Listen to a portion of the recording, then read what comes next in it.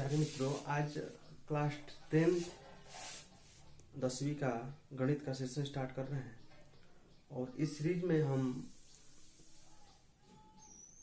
पहले लेसन से स्टार्ट कर रहे हैं और सिलेबस जो भी है आपका एनसीईआरटी है और सारे क्वेश्चंस आपको मिलेंगे। तो इसमें कॉन्सेप्ट के साथ साथ आपको सॉल्यूशन भी मिलेगा। तो हम पहले लेसन को स्टार्ट करेंगे। पहला लेसन आपका रियल नंबर है, वास्तविक संख्या, और इसके बारे में वास्तविक संख्या के बारे में कुछ हम समझाएंगे, बताएंगे कि वास्तविक संख्याएं हैं क्या, और उसका इंट्रोडक्शन बताएंगे और समझाने का प्रयास करेंगे कि वास्तविक संख्याएं क्या है। और आपके सिलेबस में बस उसकी भूमिका दिया हुआ है कि हाँ क्या इसके बारे में है, वास्तविक संख्याएं क्या है। उसके बाद से दिया हुआ है क्या यूक्लिड विभाजन प्रमेय का यूक्लिड डिवीजन लेमा, इसके बारे में कुछ समझाएंगे। उसके बाद से हमको समझाना है आपका यूक्लिड डिवीजन एल्गोरिथम, जो आपके एक्सरसाइज नंबर 1.1 को सॉल्व करने के लिए पर्याप्त है। तो हम एक एक क्रम में आपको लेके चलेंगे, प्रत्येक एक्सरसाइज को लेते हुए चलेंगे और प्रत्येक एक्सरसाइज को आपको सॉल्व करना पड़ेगा। तो हम इसको सॉल्व करके आपको देंगे। अगर समझ में आपको नहीं आ रहा है तो हमको कमेंट के माध्यम से समझाने का प्रयास करें, मतलब बताएं कि नहीं आ रहा है। एक बात और, आप लोगों को बहुत ज़्यादा प्यार दे रहे हैं, इसमें कहीं कोई कमी नहीं है, अच्छा लग रहा है हमें, ठीक। तो इसी तरह से इसको बनाए रखिएगा आप लोग, ठीक है। और आगे अगर बातें समझ में नहीं आई तो कमेंट के माध्यम से आप बताइए कि क्या आपको समझ में नहीं आई, मैं उस पर वीडियो बनाने का काम करूँगा। और कोई भी टॉपिक होगा आप हमको कमेंट के माध्यम से बताएंगे कि इस पर वीडियो हमको चाहिए, तो मैं उस पर वीडियो बनाने का प्रयास करूँगा और आपको समय 1-2 दिन के बाद मतलब दे दूंगा आपको वीडियो। तो आज बात करते हैं हम वास्तविक संख्या, क्लास 10th का एनसीईआरटी का पहला लेसन है और इसमें जो भी कॉन्सेप्ट है पहले मैं उसको समझाऊंगा। पहला कॉन्सेप्ट है क्या, वास्तविक संख्या। वास्तविक संख्या का परिचय कराते हैं। वास्तविक संख्याएं हम उन्हें कहते हैं वे संख्याएं जो हम अपने दैनिक जीवन में प्रयोग में लाते हैं। और प्रयोग में लाते क्या है, जितनी संख्याएं हम देखते हैं, जैसे मान लीजिए हो गया आपका नेचुरल नंबर। नेचुरल नंबर का मतलब होता है प्राकृतिक संख्या, गिनती की सभी संख्याएं हो गई इसमें। फिर हो गया आपका पूर्णांक या पूर्ण संख्या, होल नंबर, जो 0 से स्टार्ट होकर के जाता है अनंत तक, 0 1 2 3 4 5। उसके बाद आपका आता है इवन नंबर, सम संख्या, जो संख्या 2 से विभाजित होने वाली है उसे हम सम संख्या कहते हैं या इवन नंबर कहते हैं। उसके बाद ऑड नंबर आता है, विषम संख्या, वे संख्याएं जो 2 से विभाजित नहीं होती उसे हम ऑड नंबर या विषम संख्या कहते हैं। उसके बाद से आपका आता है इंटीजर। इंटीजर का मतलब होता है कि आपका ऐसा संख्या जो प्लस में भी हो, जीरो में भी हो और माइनस में भी हो। तो इंटीजर आपका 3 प्रकार का होता है, इसमें हम समझाने का प्रयास कर रहे हैं। इंटीजर देखिए इस तरह से होता है, 0 तो यहां से स्टार्ट होता है 0 1 2 3 4 5 अनंत तक जाएगा डॉट करके, यहाँ -1 -2 -3 तक भी अनंत तक जाएगा। हम इसको बताना चाहते हैं कि जो यह लाइन है, लाइन क्या है, हमें कह सकते हैं कि जो भी प्लस और माइनस जीरो का जो भी नंबर आते हैं उसको हम इंटीजर कह सकते हैं। उसके बाद से आता है प्राइम नंबर या अभाज्य संख्या, वे संख्याएं जो स्वयं से कटती हूं और 1 से कटती हूं उसे हम अभाज्य संख्या कहते हैं। जैसे 2 है, 3 है, 5 है, 2 3 5 7 11 13 17 19 23 और 29, ये सभी संख्याएं ऐसी हैं कि जो केवल स्वयं से कटती हैं और 1 से डिवाइड होती हैं, मतलब स्वयं से डिवाइड हो। और हम कह सकते हैं कि 1 से लेकर के 100 तक कुल 25 नंबर्स ऐसे हैं जो स्वयं से डिवाइड होते हैं, ठीक है, डिविजिबल इटसेल्फ। और हमें कह सकते हैं 1 से 50 तक 10 संख्याएं ऐसी, 15 संख्याएं ऐसी हैं। 1 से 50 तक 15 संख्याएं हैं और 50 से 100 तक 10 संख्याएं। इसका मतलब 1 से 100 तक कुल 25 संख्याएं।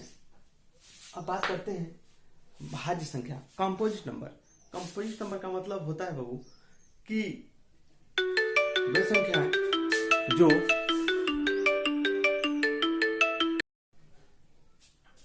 तो बात कर रहे थे कंपोजिट नंबर पर। तो कंपोजिट नंबर हम उसे कहते हैं वे संख्याएं जो अन्य नंबर से भी डिविजिबल हो और सेल्फ से खुद से भी डिविजिबल हो, उसे कंपोजिट नंबर, जैसे सबसे स्मॉलेस्ट कंपोजिट नंबर हो जाएगा आपका 4, क्योंकि 2 से भी डिवाइड भी होगा, 4 से भी डिवाइड होगा, ठीक है। 2 और 3 आपका प्राइम नंबर होता है।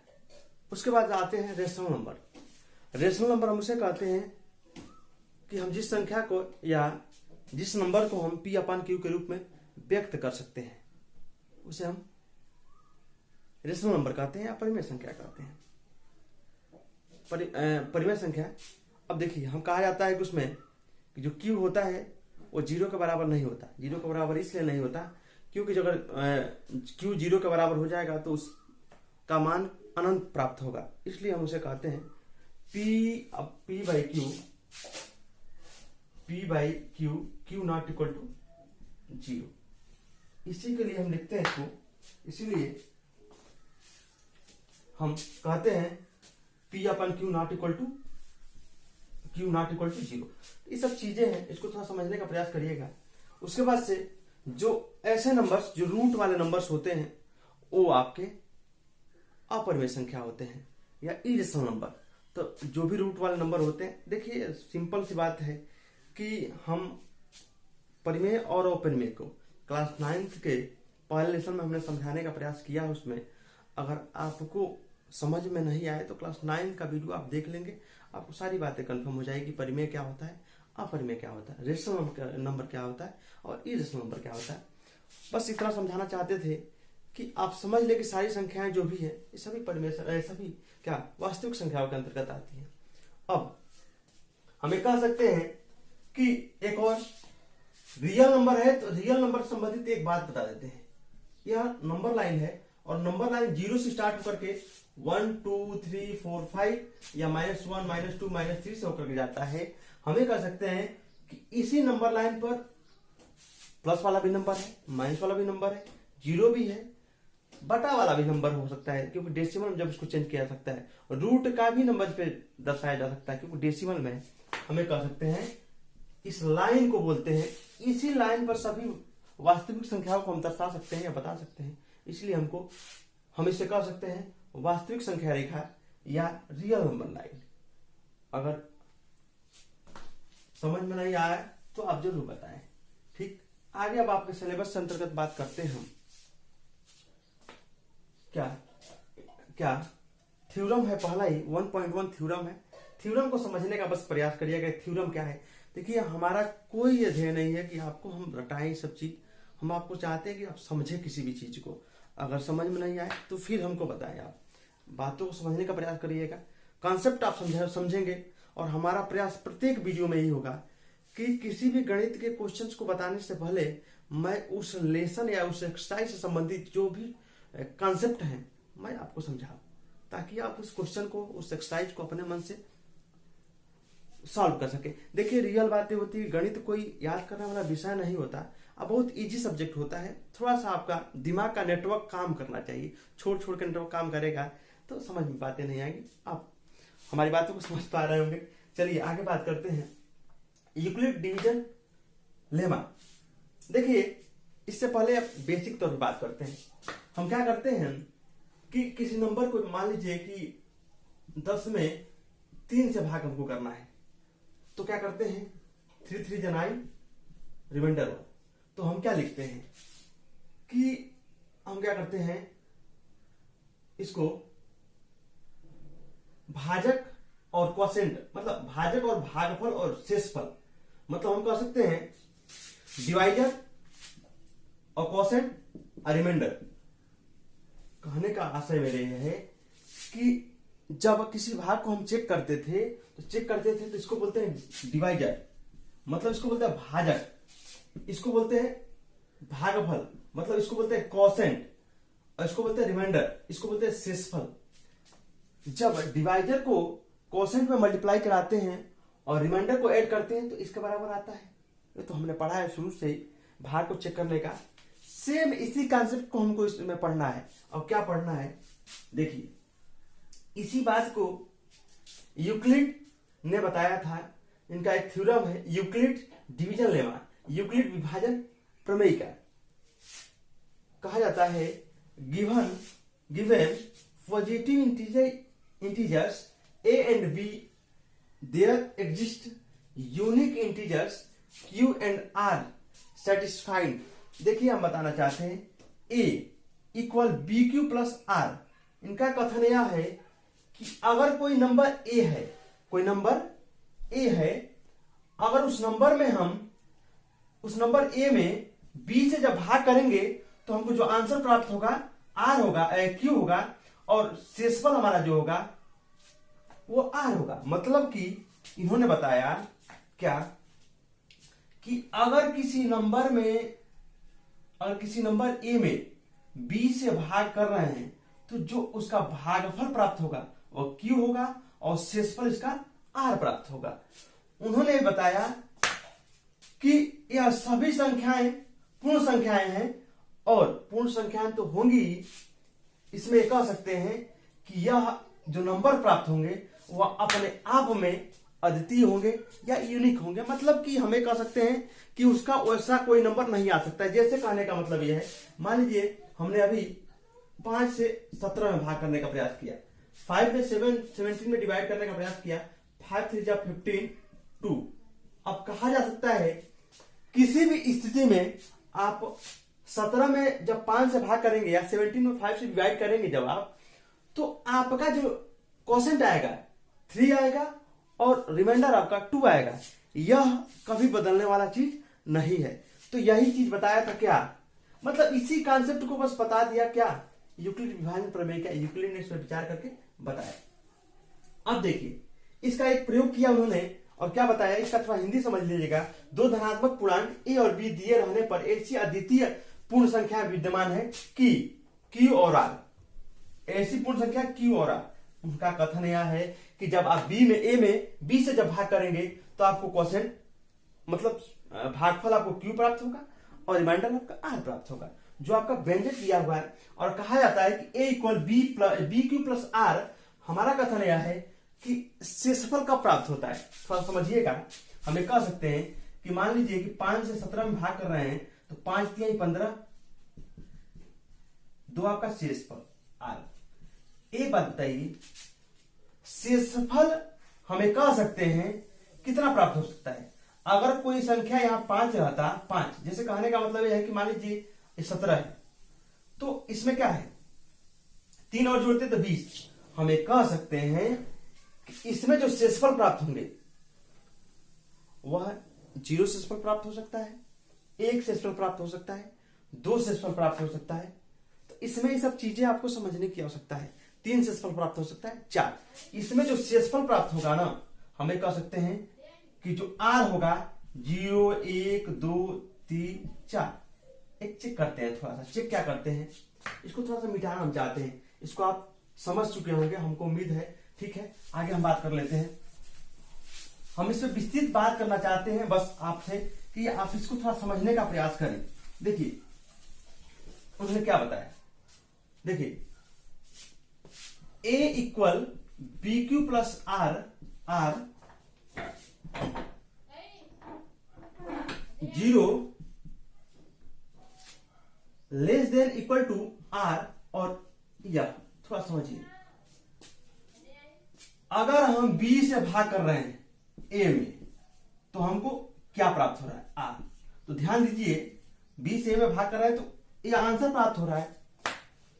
मेरा बात समझिएगा, अगर मान लीजिए 5 से हमने 21 में भाग किया, 5 4 जा 21, हम ये कह सकते हैं कि 20 से कितना अधिक है, 1 अधिक है यार। तो जो इसका जो r प्राप्त होगा 0 और 1 हो सकता है, मतलब कि 2 रिमाइंडर। अगर 5 से 24 में हमने भाग करने का प्रयास किया तो 5 चौक को 20, मतलब 5 चौक को 20 2 4।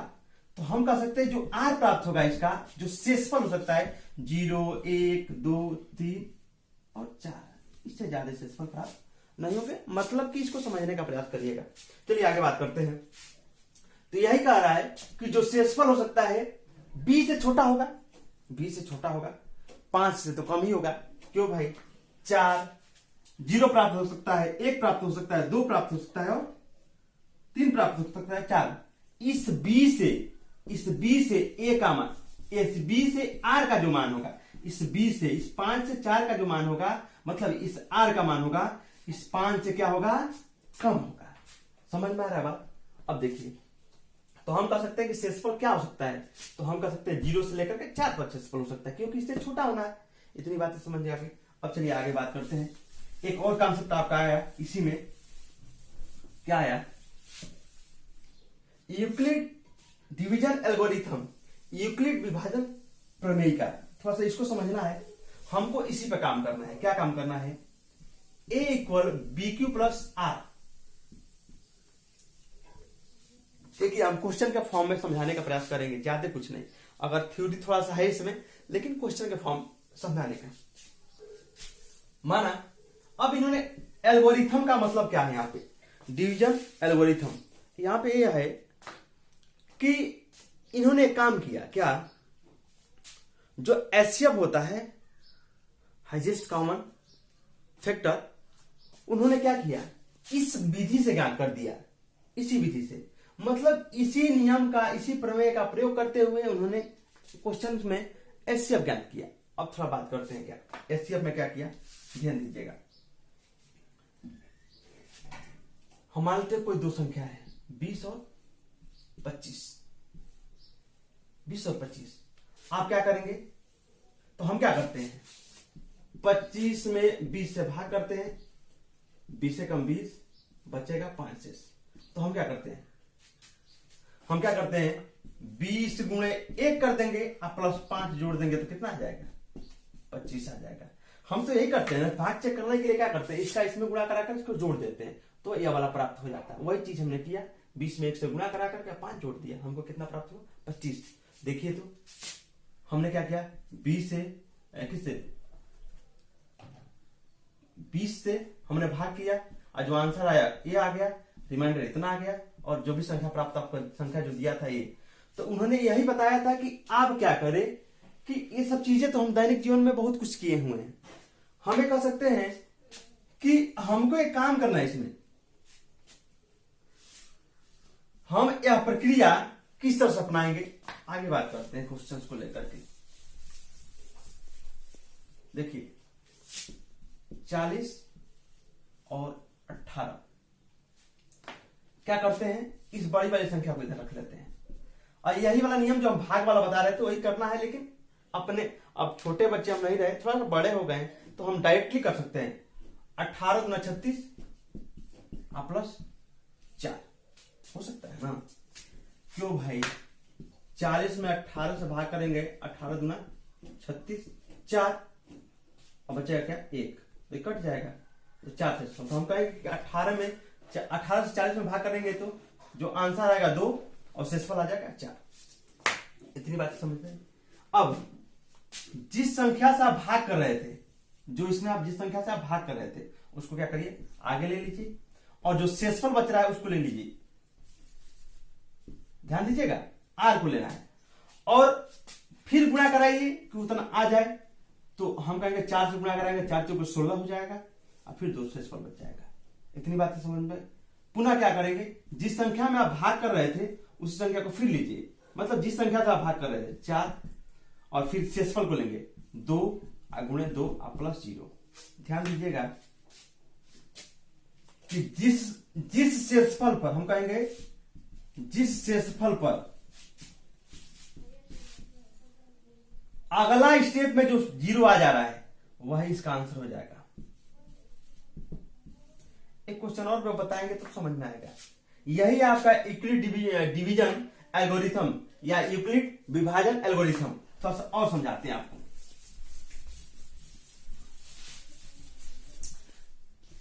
समझाते हैं, क्वेश्चन सॉल्व कर लेते हैं। क्वेश्चन सॉल्व कर लेते हैं, आपको किताब का क्वेश्चन सॉल्व करेंगे हम। इसको किताब आपका ले रहे हैं हम, किताब क्वेश्चन सॉल्व कर रहे हैं। कर रहा है कि आपका क्वेश्चन दिया हुआ कि एचसीएफ ज्ञात करें यूक्लिड विभाजन एल्गोरिथम से। तो पहला ही क्वेश्चन आपका है, पहला क्वेश्चन का पहला आपका है क्या, 135 और 225, 135 एंड 225।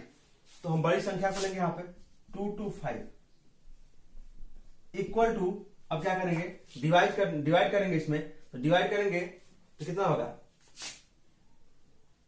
135। इसको आप सॉल्व करिए, इसको सॉल्व करके चेक कर लीजिए। इसको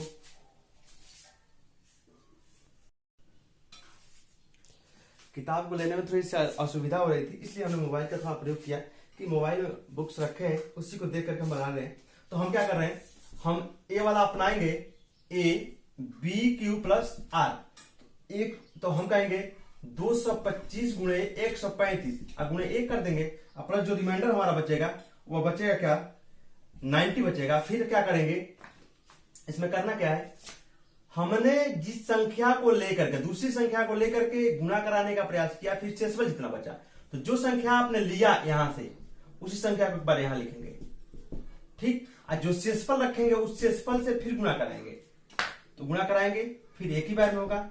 अब इसमें जो बचेगा आपका 45 बचेगा। फिर आपने जो शेषफल बचाया यहां, शेषफल लेकर गुणा कराए, इसको फिर ले जाएंगे यहां 90, और 90 तो 90 के लिए क्या करेंगे हम, इसको ले जाएंगे यहां 45 इंटू 2 प्लस 0। हमको यह प्रक्रिया तब तक करना है जब तक कि रिमाइंडर R 0 न आ जाए। R जब तक 0 नहीं आएगा तब तक हम एक प्रक्रिया करते रहेंगे। आगे एक और क्वेश्चन लेते हैं इसी में क्वेश्चन लेते हैं आगे। क्या दूसरा क्वेश्चन है 196 एंड 38220। तो इसमें क्या करेंगे, इसमें भी वही काम करेंगे, a equal B Q plus R. तो हम क्या लेंगे, a लेंगे 38 इतना बराबर 196 गुणे 195 195 इक्वल टू 0। कहा जा रहा है कि 196 को 195 से गुणा किया जाए तो प्राप्त हो जा रहा है 0। आपका आंसर ही हो जाएगा, आंसर हो जाएगा आपका 196। इस बात को भी देख लीजिएगा आप लोग। फिर एक और क्वेश्चन आपका आ गया,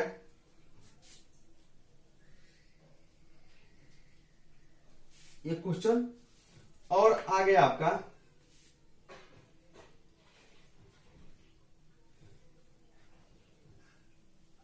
ये क्वेश्चन आपका और आ गया क्या, देख लीजिएगा इसको। 867 225 255। तीसरा क्वेश्चन है 867 और एंड 225। तो इसमें थोड़ा देखिएगा 867 इक्वल 225 इंटू 25 या 75, 25 या 75। हम क्या कर सकते हैं कि इसमें 25 या 75 हम क्या करेंगे, इसको सॉल्व किया जाए। कैसे सॉल्व, इसको आप बनाने का प्रयास करेंगे इसको, ठीक है ना, आप बनाइएगा इसको, ठीक है। कैलकुलेशन थोड़ा सा करना है, इसको आप बनाने का प्रयास करेंगे। अब आगे हम क्वेश्चन बात करते हैं दूसरा क्वेश्चन बात करते हैं हम। दूसरे क्वेश्चन बताने से पहले एक कॉन्सेप्ट बताना चाहते हैं आपको, उसको थोड़ा समझने का प्रयास करिएगा।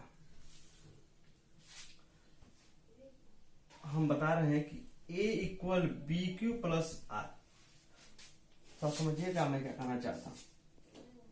देखिए, अगर मान लीजिए कोई यहां पे सम संख्या है, कोई सम संख्या है मतलब 6 मान लेते हैं, और q प्लस 1। अगर q का मान 1 रखना, 0 रखना है, या 1 रख रहे हैं, 2 रख रहे हैं, 3 रख रहे हैं, 4। अगर q का मान 0 रखते हैं तो 0 0 हो जाएगा, इसका मान हो जाएगा 1। q का मान 1 रख दें तो 6 कम 6 1 7। q का मान 2 रख दें, 6 2 12 13। q का मान क्या रखते हैं, 3 रख दें, 36 18 19। इसका मतलब यह है किसी सम संख्या में किसी भी संख्या से मल्टीप्लाई करा करके अगर 1 जोड़ेंगे तो हमेशा क्या प्राप्त होगा, विषम संख्या प्राप्त होगा, या हम कह सकते हैं कि हमेशा ऑड ही प्राप्त होगा। चलिए आगे नीचे 6q प्लस 2,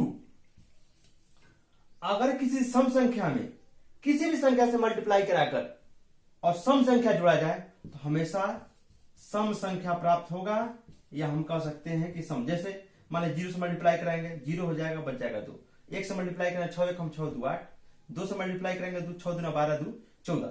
इतनी बातें समझ में आई। उसी तरह से आपको क्वेश्चन नंबर दूसरा दिया हुआ है। क्या दिया हुआ है क्वेश्चन, इसमें थोड़ा समझ लीजिएगा। आप इसको सॉल्व किए हम कि दर्शाइए कि कोई भी धनात्मक विषम पूर्णांक 6q प्लस 1, 6q प्लस 3 और 6q प्लस 5 है। एक बात बताइए, a इक्वल 6q हम बताए ना कि किसी संख्या में आप इस संख्या से भाग किए, मतलब आप जानते हैं कि a equal B Q plus are.